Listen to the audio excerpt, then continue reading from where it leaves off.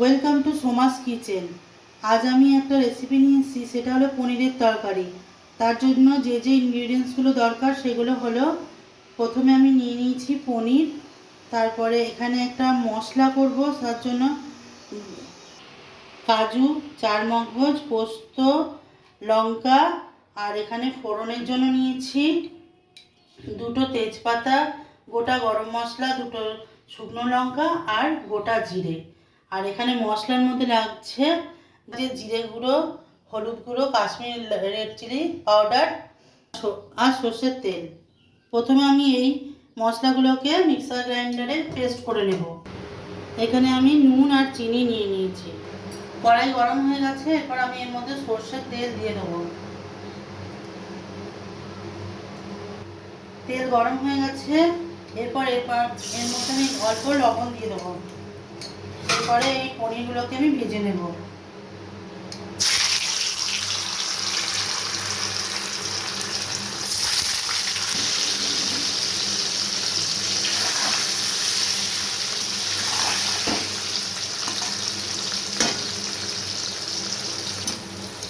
পনিরগুলো ভাজা হয়ে গেছে, এবার আমি একটা পাত্রে এটাকে তুলে নেব।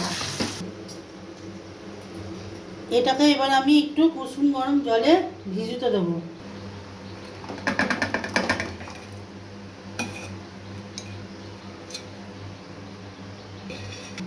ওই তেলে এবার আমি ফোড়নগুলো দিয়ে দেবো। গোটা গরম মশলা, একটা তেজপাতা, শুকনো লঙ্কা আর গোটা জিরে। মশলাটা দিয়ে ভালো গন্ধ হয়ে যাচ্ছে। এরপরে এর মধ্যে আমি যে মশলাটা বেটে রেখেছিলাম সেইটা দিয়ে দেবো।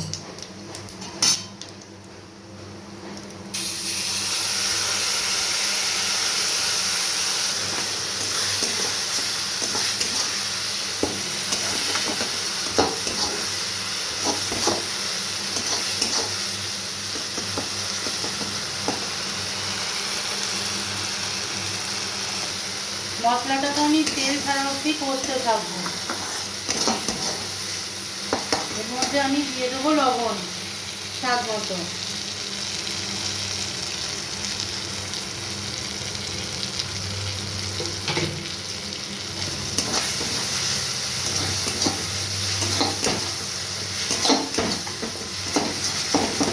এরপর এর মধ্যে আমি দিয়ে দেবো হলুদ গুঁড়ো একটু অল্প,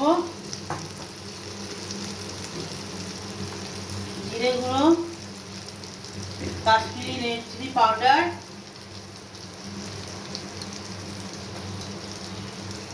এই মশলার বাটিটা দিয়ে অল্প জল দিয়ে দেবো। এই মশলাটাকে আবার একটু কষে নেব।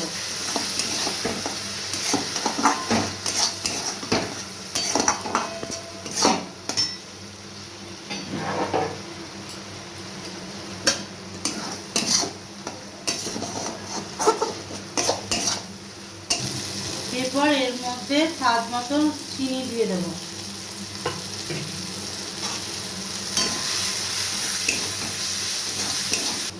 যে গরম জলটা আমি পনিরগুলো ভিজে দিয়েছিলাম, সেই গরম জলটা এবার এই মশলার মধ্যে দিয়ে দেবো।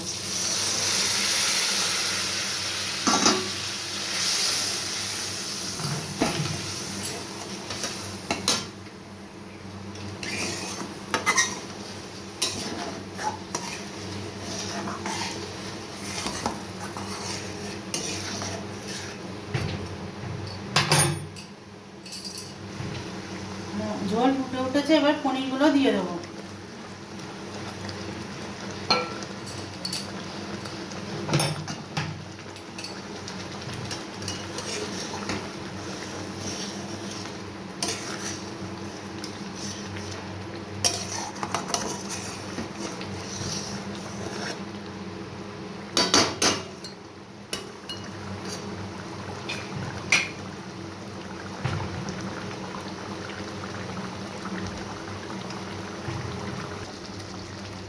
আমাদের পনিরের তরকারি রেডি। এবার এটাকে আমরা সার্ভ করে নেব। তো বন্ধুরা, আমার পনিরের তরকারি রেডি। আমি এটাকে সার্ভ করে নিয়েছি।